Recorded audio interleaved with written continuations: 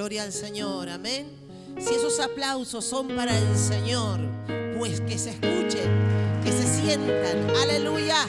Adoramos, bendecimos a nuestro Dios. Damos honor, damos gloria al Espíritu Santo en esta hermosa, hermosa noche. Yo quiero leer aquí en San Lucas, capítulo 18. Él refirió esta palabra a los discípulos diciendo de esta manera. También le refirió Jesús una parábola sobre la necesidad de orar siempre y no desmayar. ¿Cómo es el asunto? Orar siempre y no desmayar. Diciendo, había en una ciudad un juez que ni temía a Dios ni respetaba a hombre. Había también en aquella ciudad una viuda, la cual venía a él diciendo, hazme justicia de mi adversario. Él no quiso por algún tiempo, pero después de todo esto dijo dentro de sí, aunque ni temo a Dios, ni tengo respeto a hombre, sin embargo, porque esta viuda me es molesta, le haré justicia. No sea que viniendo de continuo me agote la paciencia. Y dijo el Señor, oíd lo que dijo el juez injusto. ¿Y acaso Dios no hará justicia a sus escogidos que claman a Él día y noche? ¿Se tardará en responderles? El versículo 8 de este mismo capítulo 18 dice, os digo que pronto le hará justicia, pero cuando venga el Hijo del Hombre, ¿hallará fe en la tierra? Tremenda la palabra, ¿no? Esta parábola que el Señor enseña a los suyos diciendo de esta manera, que había una mujer viuda. En Israel, como nuestra cultura latina, se entiende que una mujer viuda es una mujer a quien se le ha fallecido su esposo. Pero en la cultura de Israel no solamente era una mujer que se le había fallecido su esposo o que ya no lo tenía, separada, sino que también se hablaba de un estado de indigencia, un estado de necesidad, ya que según la cultura hebrea, la mujer no trabajaba, no tenía herencia, no tenía posesiones. Por lo tanto, todo lo tenía, en este caso, si tenía el esposo. Y si el esposo moría, se debía hacer cargo su hermano. Y de esa manera se preservaba el linaje, la herencia, la familia. En este caso, como también el apóstol Pablo se refiere a Timoteo diciéndole que las viudas que verdaderamente lo sean, era por eso. No solamente el hecho de que se le haya muerto el marido, sino que había ayudar a aquellas que no podían mantenerse por sí mismas. En este caso, seguramente que esta mujer, y no lo especifica el relato, tenía una gran necesidad. Tenía adversarios. Y sabemos que en el antiguo tiempo cuando, por ejemplo, en una familia había deudas y se moría el jefe de la familia, en este caso la mujer, los hijos tenían que dar razón, el vale, pagar lo que se debía. Y esta mujer, conforme dice el Señor, tenía una gran necesidad. Y ella iba a un juez que no temía a Dios, ni tampoco temía a los hombres. Es decir, que si él quería lo hacía y si no, no. ¿Hay alguna semejanza en los tiempos que vivimos? ¿Situaciones que se viven? Quizás sea coincidencia. Y esta mujer reclamaba y tanto vino ante ese juez que ese juez dijo, no por la bondad de su corazón, sino porque dijo, esta mujer me va a cansar.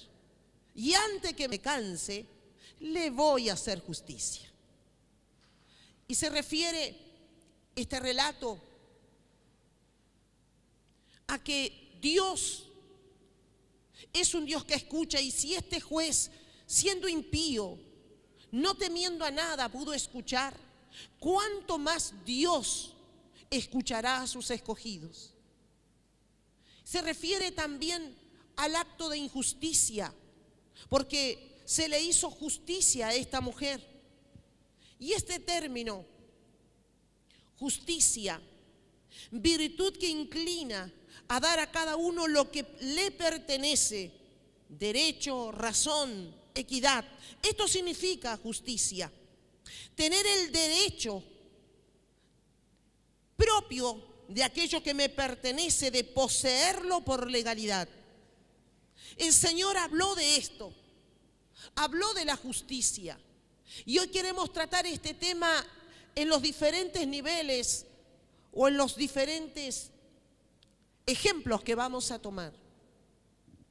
El Señor habla refiriéndose a la justicia y también a la injusticia. En cuanto a Mateo 23:35, le dice a los fariseos, le dice a los publicanos: ustedes son unos hipócritas. Ustedes creen que guardan la palabra y la ley, y ustedes creen que pueden ser mejores que sus padres, aquellos que mataron al hijo del profeta Joaída, Ezequiel, o el justo que fue muerto, Abel, el primer hombre que injustamente cae y contamina la tierra con iniquidad en cuanto al pecado de su hermano. Y la injusticia, si hablamos de injusticia, que es un tema para nosotros los argentinos, hasta del día a día, de situaciones que pasan cerca o lejos nuestro, el hecho de prender el televisor, de tomar un medio de las redes sociales, nos encontramos con diferentes cosas que nos hablan de la injusticia que estamos viviendo y palpando. ¿Sabe que hay injusticia en todas partes? Las Escrituras nos habla y nos dice que del matrimonio de Adán y de Eva nace Caín y nace Abel. Dice que Caín era labrador de la tierra, más Abel era pastor de ovejas. Parecían estos dos jóvenes que habían crecido en el seno del hogar, que se amaban, se querían y se acompañaban, pero un día algo marcó la diferencia entre ellos, y fue la ofrenda que trajeron cada uno de ellos a la presencia de Dios. Si bien Caín, como labrador, trajo de los frutos de la tierra como ofrenda delante de Dios, y Abel dice que trajo como pastor de los primogénitos y de los animales más engordados, trajo delante de Dios. Y dice que le fue grato a Dios lo que trajo Abel, porque trajo de lo primogénito, de lo primero, porque tomó cuidado en que él iba a traer delante de Dios lo mejor de lo mejor. Más su hermano, que era labrador, trajo de los frutos de la tierra y quizás no se percató porque podía en él hacer lo bueno y no lo hizo. Tomó de lo que estaba y trajo también ante Dios. Dice la palabra de Dios que se agrada a Dios de la ofrenda de Abel, pero más no se agradó de la ofrenda de Caín. Inmediatamente se mudó, cambió el rostro de Caín, y la maldad que estaba en la puerta de su corazón se hizo ver. Y dice que invita, Génesis 4:8, a su hermano Abel. Caín invita a su hermano Abel al campo y allí le quitó la vida. Un acto de injusticia, un acto de sangre, una muerte, la cual fue la primera que comenzó sobre la tierra. Este acto de injusticia nos lleva a que el pecado que había en Caín, la envidia, porque fue por envidia, no está muy lejos a lo que vivimos hoy, a lo que muchas familias experimentan. Y podemos ver en la injusticia en muchas familias donde se levanta esto, la competencia, la envidia, la falta de amor, la traición, la mentira y un montón de cosas que comienzan a dividir una familia. La violencia, los abusos, las violaciones y tantas cosas que se pueden vivir en el seno de una familia. Y comienza a trabajar la injusticia y el corazón se comienza a contaminar por todo lo que se vive. Este es el primer plano en cuanto a la injusticia dentro de la familia. No somos ajenos. Días atrás, una noticia de allí de la zona del sur nos hablaba, porque nos avisaron por relaciones de familia, de unos jóvenes hermanos que en estado de ebriedad, uno entra a la casa y el que estaba en la casa resguardando a la madre, se pelean y uno mata al otro.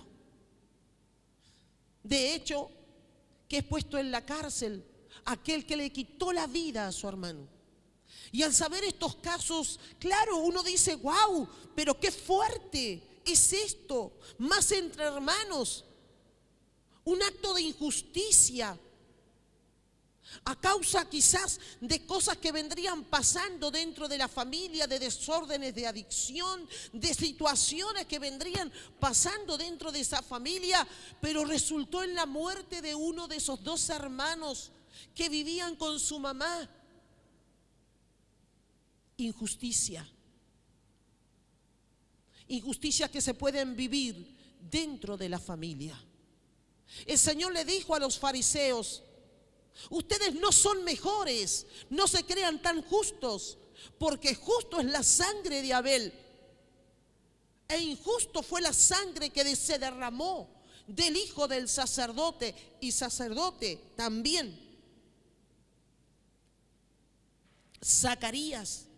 Segunda de Crónicas, capítulo 24, versos 20 y 21 nos relata aquí la historia en cuanto a Zacarías. Zacarías, que estaba también junto a su padre en el sacerdocio.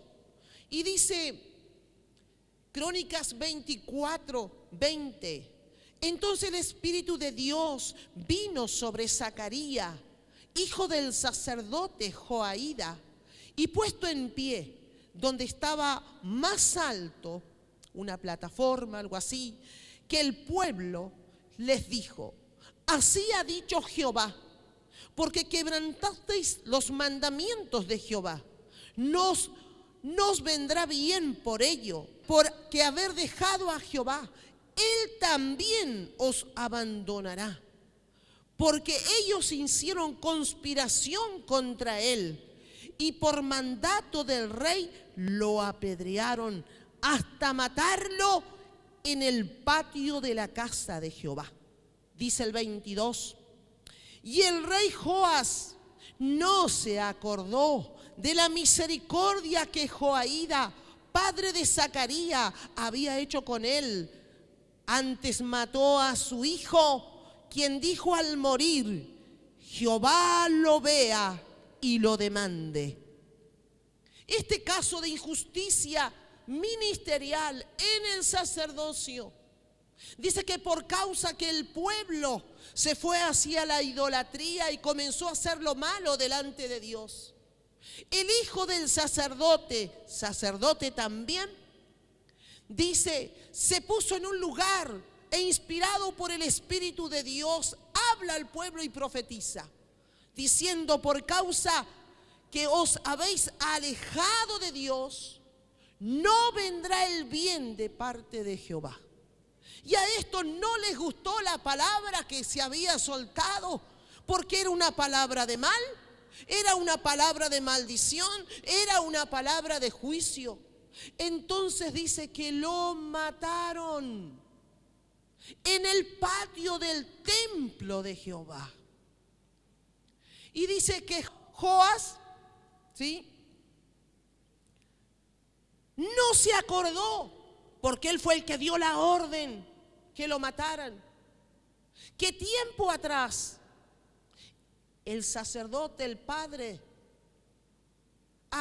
lo había resguardado, lo había cuidado. El padre de Zacarías, Joaída, lo había cuidado, lo había resguardado para que no le quitaran la vida. Pero sin embargo, en el momento en que él tenía que cubrir, resguardar, proteger la vida del hijo de aquel que un día lo cubrió, no lo hizo, sino que dio orden y lo apedrearon hasta morir. Estas son las injusticias que se viven muchas veces. En este caso son ministeriales y en el sacerdocio.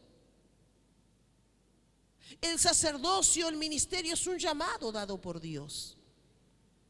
Y como ministros de Dios tenemos que experimentar y vivir muchas cosas en el ministerio.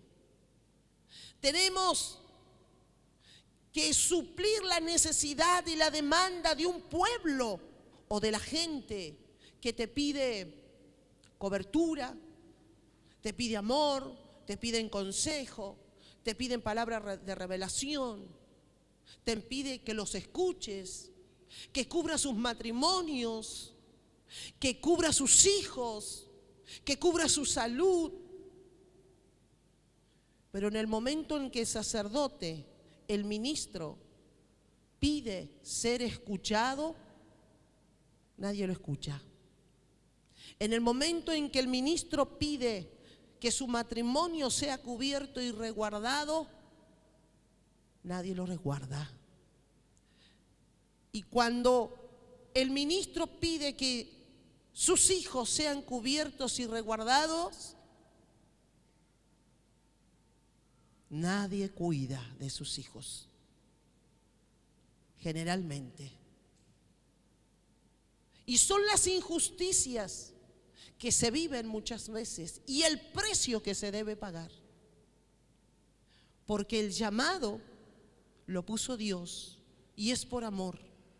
Y aun cuando las piedras vengan, estamos preparados a tal punto de soltar la madurez y la templanza, de haber sido llamados y entrenados y formados en el ministerio para bendecir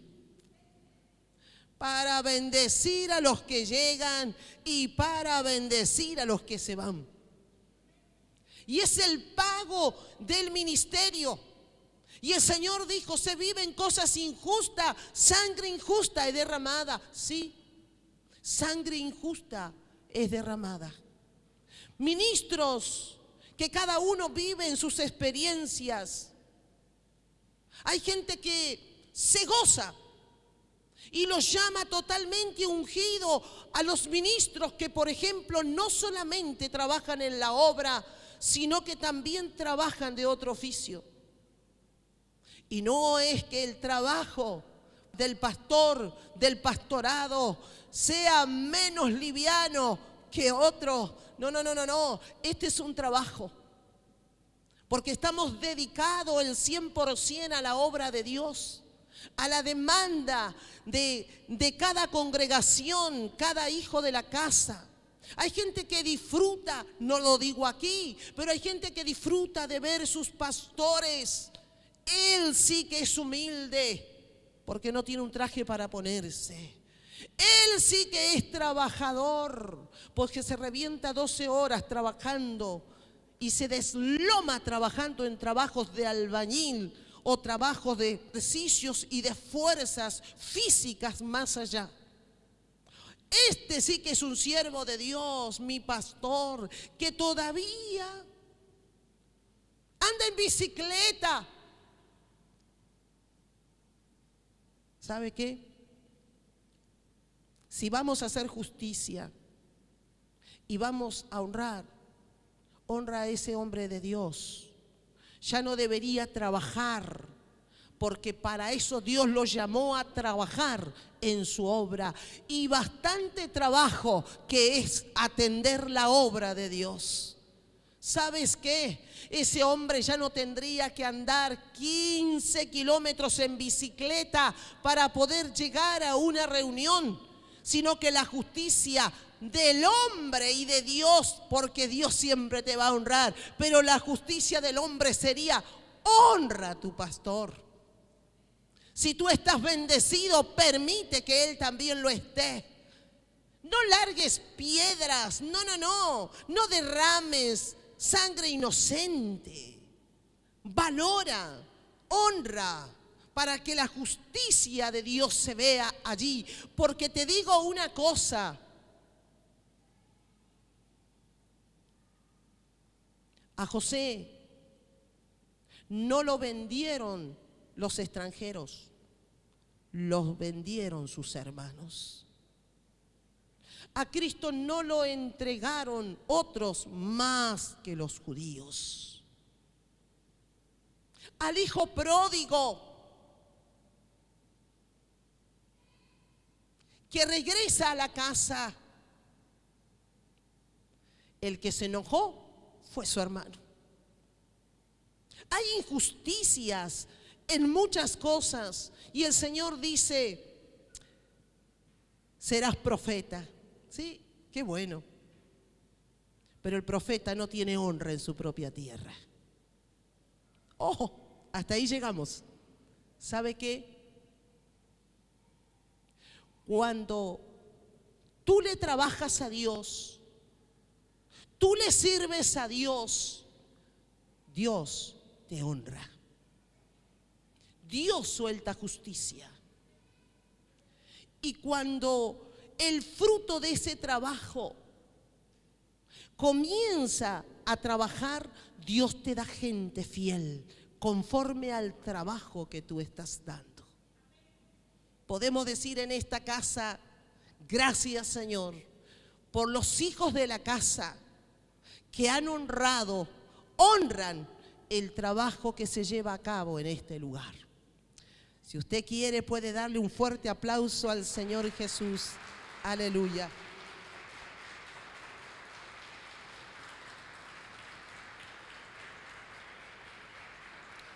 Hace mucho tiempo tenía que ministrar un joven. No me acuerdo si tomé un taxi, porque vivo de aquí como a 30 cuadras, y llegué apurada después de atender mi hogar, porque soy esposa, porque soy madre. Y en ese entonces estaban todos mis hijos. Hoy muchos de ellos están casados, pero en ese entonces estaban toda la familia completa en la casa. Se imagina, tengo 5 hijos más el esposo. Hay bastante trabajo para hacer en casa, pero nunca he dejado de desatender la obra de Dios. También ha sido la obra de Dios mi prioridad, y poder atender y escuchar la gente, porque ese es mi trabajo y a eso fui llamada, a trabajar en la obra de Dios y a trabajar en el reino. Cuando llegué ese día tan alegre a atender a este joven, lo primero que él me dice, irónicamente: qué bueno es ser pastor, ¿eh? Qué bien que viven los pastores. Y yo lo miré y le digo: ¿ese es tu pensamiento, tu concepto? ¿Que no me merezco vivir bien? ¿Que no me merezco ser bendecida? Y me dice: no, por favor, pastora, no se enoje. No, yo no me enojo, déjame contestarte. ¿Sabes qué, hijo? Yo dejé todo lo que dejé en mi casa, porque yo soy una mujer que trabajo, y vine a atenderte a vos, porque pensé que tu necesidad de enyugamiento, la cual tenés, yo en el Señor puedo en su nombre liberarte y bendecirte. Pero si vos creés que yo vine o te atiendo para que me des una ofrenda, o pensás que te voy a cobrar, estás equivocado. ¿Sabés qué, hijo? Yo le sirvo a Dios. Dios es el que me bendice y Dios es el que me provee. Y esto que vengo a hacer aquí contigo, a ministrarte y a escucharte, ¿sabés qué? No me pagues, tampoco te he cobrado. Y nunca te he cobrado, ni a vos ni a nadie, ni en el momento en que tuve que restaurar el matrimonio de tus padres y restaurarlos a ustedes por causa del enyugamiento de la droga. Nunca vine con el propósito de poder hacer un aporte sobre tu vida en bendición y cubrirte. No sé si lo entendió o no lo entendió. La cosa parece que no la entendió todavía. Pero ¿sabe qué? Seguimos trabajando para Dios. Porque habrán injusticias en el ministerio y habrán precios que se han pagado, se pagan y se seguirán pagando. Pero ¿sabe qué? Tenemos que seguir trabajando. Si alguna vez escuchamos a la gente y alguna vez ministramos y restauramos sus matrimonios, sus hijos y su casa, ¿sabe qué? A eso hemos sido llamados como siervos, a hacer aún más allá de lo que tenemos que hacer. Y hacerlo en amor, sabiendo de que de Dios viene la recompensa. ¡Aleluya! ¡Aleluya! Hay que seguir trabajando para Dios. Dios es el que nos bendice. Dios es el que nos honra. Otro ejemplo en cuanto a la injusticia gubernamental es aquella que ejerció Acab y Jezabel. Ellos estaban en el gobierno. Ellos eran reyes. Acab era rey. Jezabel era la esposa, la reina. Aunque ella era una princesa fenicia, aunque ella era una idólatra, aunque ella no sirvió nunca a Dios, aunque ella fue la hechicera más grande, esposa de un rey, pero ella tenía un gobierno. Y ese gobierno que ella tenía por ser la esposa, le daba una habilitación. Es decir, ella tenía que ser escuchada. ¿Sí? Porque era la esposa del rey. El rey quería unas tierras. El rey quería las viñas de Nabot. El rey quería tener allí, no sé, un jardín, poner la pileta ahí atrás. No sé lo que quería hacer. Y él le dice a Nabot, donde Nabot tenía un campo de lentejas, era la herencia de su familia. Se constaba de que tener una herencia era tener un valor, era la dignidad de la casa, era lo que ellos eran. No era así nomás vender una cosa por otra, cambiarla, permutarla, no, eso no existía en Israel. La herencia de los padres se tomaba con mucho valor. No se vendía, aun cuando fuese en un mayor precio, porque dice que Acab le ofreció un precio bueno, pero él dijo: no, yo no vendo mi herencia, yo no vendo la tierra de mis padres, no. Y dice que esto a Acab le cayó tan mal, apesadumbrado, dolorido, triste. Se fue a su casa y allí lo vio su mujer, tan afligido, tan adolorido, que es lo que tenía. Y lo que tengo es que yo quiero la viña de Nabot y este no me la quiere vender. La mujer que era manipuladora. Primera de Reyes, capítulo 21. En el versículo 7 de ese mismo capítulo: ¿eres tú ahora el rey de Israel? Le dijo ella: ¿quién eres? ¿Tienes poder o no tienes gobierno acá? ¿Acaso tú no eres el rey? que lo desafió su autoridad, su dignidad como rey, como hombre. Le dijo: ¿eres tú ahora rey de Israel? Dijo Jezabel: yo te daré la viña de Nabot. Y armó toda una trama, todo un engaño. Lo expuso como un traidor. Lo expuso ante los ancianos. Fraguó insidia, maquinación, porque eso hace la injusticia. Y eso hay cuando hay un gobierno corrupto. Hay engaño, hay mentira. El inocente es el malvado y el malvado es el inocente. A lo bueno se llama malo y a lo malo se llama bueno cuando hay gobierno corrupto, cuando hay injusticia, cuando hay maldad, cuando hay insidia hacia el inocente. Y así hizo Jezabel. Lo persiguió a tal punto de apedrearlo. Lo hizo apedrear. Y quedó expuesto delante de la gente, no como el hombre bueno que era, no como el hombre justo que era, sino que lo expuso delante de todos como un traidor al rey. Lo ensució su dignidad por la cual él era. ¿Y sabe qué? Acab se lo permitió porque era tan corrupto como ella. Cuando hay gobiernos corruptos, comienza a haber esto: injusticia por todos lados. Y el bueno, el justo, es el malo. Abramos bien los ojos. ¿En qué tiempo estamos viviendo? Y no permitas que la injusticia sea envuelta en justicia y que el bueno sea expuesto como el malo, porque no es así.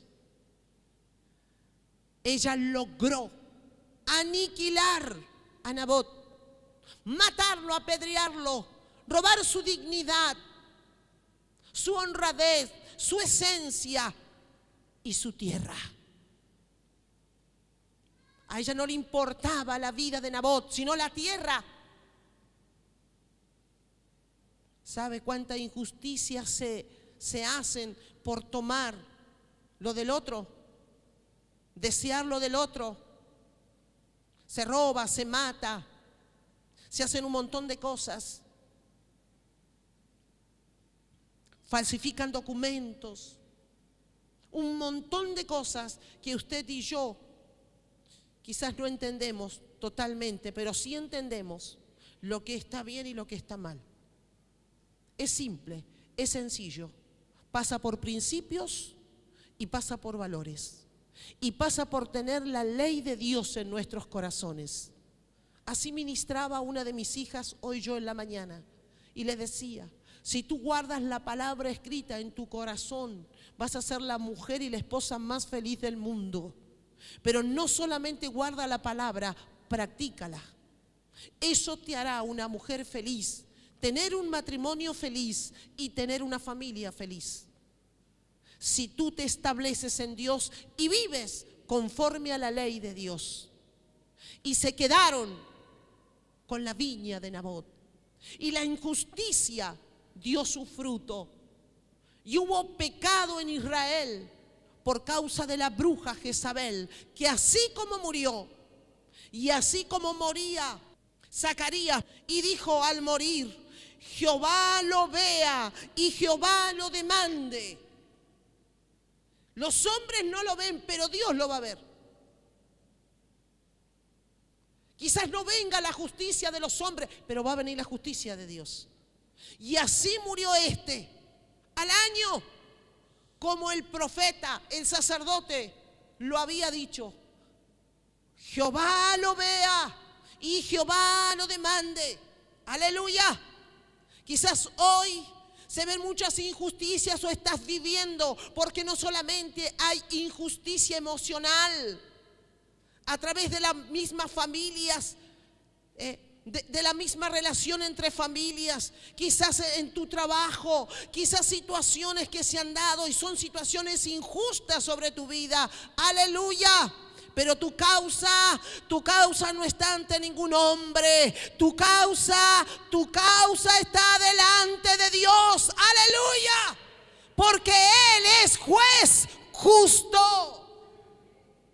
Dele fuertes palmas al Señor. Cae justicia de Dios sobre nuestra tierra. Cae justicia de Dios. Hay una justicia del cielo que va a ordenar a Argentina. Si los hombres no ponen la justicia como tienen que poner, hay una justicia que viene de Dios. Aleluya. Gloria a Dios. En 2 de Samuel, capítulo 9, tenemos allí una escritura que nos habla del rey David. Cuando el rey David está establecido en su trono, Dios ya lo estableció en ese trono y ya los enemigos de David ya fueron destruidos. Y Dios, como cumplió la palabra con David, Dios mandó al profeta Samuel a ungir a David en la casa de Isaí. Mientras había un rey que había sido desechado, llamado Saúl, y junto a él fue desechada toda su casa. Cuando Dios toma a David y Dios lo llama para ser rey conforme al corazón de Dios, David tuvo que tener sus procesos, sus experiencias, y aún David fue formado para tener el corazón de padre sobre Israel. Cuando David ya está establecido en su trono y hay paz sobre su vida, David se acordó de la casa de Saúl. Y dice David a su gente, a sus asistentes, a sus siervos: ¿hay alguno de la casa de Saúl con vida aún? Y dice: hay un siervo de la casa de Saúl. Llámenme a ese siervo, Siba, de la casa de Saúl. Y David le pregunta a Siba: ¿hay algún descendiente de la casa de Saúl vivo? Y le dice Siba: sí, Señor mi rey. Está el hijo de Jonatán, Mefiboset, que es lisiado, que es inválido. Y dice David: traedlo. La historia cuenta de que Mefiboset era nieto de Saúl. Si la casa de Saúl como rey había sido ya desechada, nadie de su casa ya más iba a gobernar ni a reinar, sino que Dios había escogido a David. Y cuando muere Saúl y muere Jonatán en ese día, la nodriza, la niñera que tenía a cargo a Mefiboset, huye. El niño constaba con 5 años de edad y cuando huye con el niño, cae. Y el niño, a través de ese accidente, queda inválido. Pero no era el estado de su invalidez el que le prohibía reinar, porque dice que era el último heredero para ocupar el trono de Saúl. No era la invalidez, un defecto físico, el cual, sino porque no reinaba, es porque Dios le había entregado el trono a David. Pero el proceso de trato de la vida de David no lo habían hecho ser un hombre asesino, un hombre injusto, sino que todo lo contrario. Era padre para Israel y se acordó de ese pacto que hizo un día con su amigo, que se amaban, con Jonatán. y resguardó esa alianza, ese pacto. En ese pacto había dignidad de dos hombres guerreros. Y la palabra valía. Y aun cuando Jonathan ya no vivía, David era un hombre justo, era un rey justo y era un padre justo. Y preguntó y le dijeron: sí, hay uno que es el nieto de Saúl. Ese dijo: Siba vive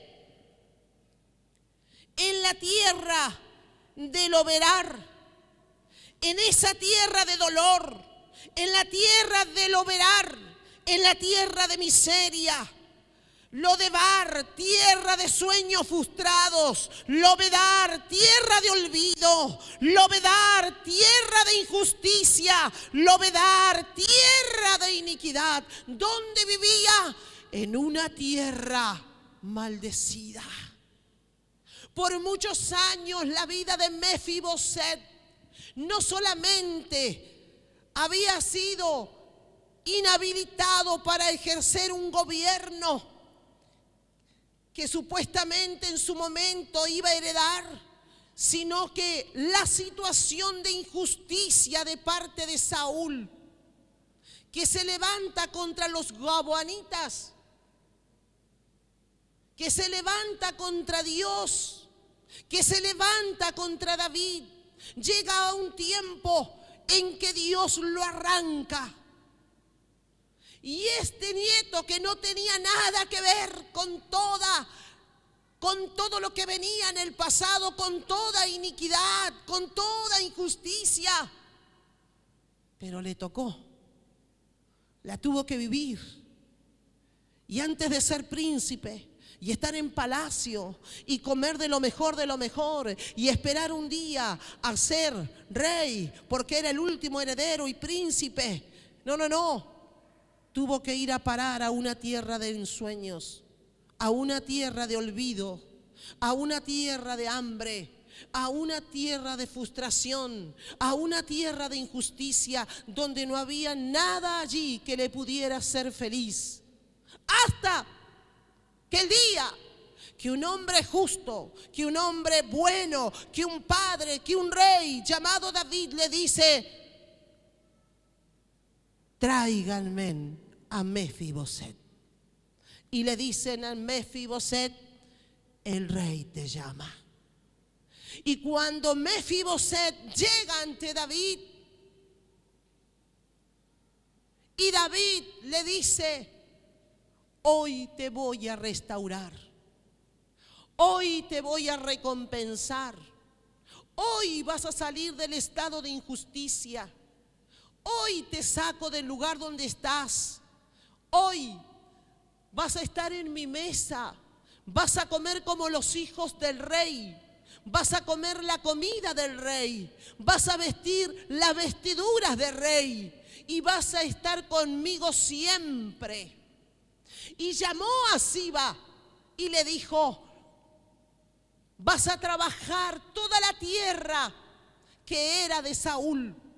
Van a sembrar, van a cosechar, van a producir esa tierra y van a traer presente, bendición, dinero, fruto a las manos de Mefiboset, porque hoy Mefiboset es restaurado. Aleluya. Yo no sé de qué tierra tú has salido, yo no sé de qué lugar tú has salido, quizás de la tierra del luto, de la tierra de la amargura, de la tierra de la enfermedad, de la tierra de la injusticia, de la tierra de la orfandad, de la tierra de la viudez, de la tierra. Yo no sé dónde has salido, pero hoy el rey te llama, hoy el rey te llama, hoy el rey te saca de esos lugares de injusticia y te coloca en lugares de príncipe. Aleluya. Porque hay justicia de Dios, hay recompensa de Dios para los justos, hay vida de Dios. Aleluya. hazme justicia de mi adversario, reclamó aquella mujer.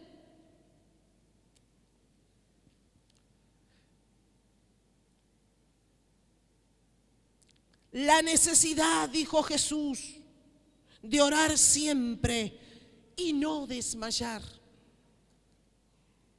Esta mujer viuda, conforme a la parábola, el ejemplo que el Señor puso, es aquella mujer que persistió en que el juez la iba a escuchar.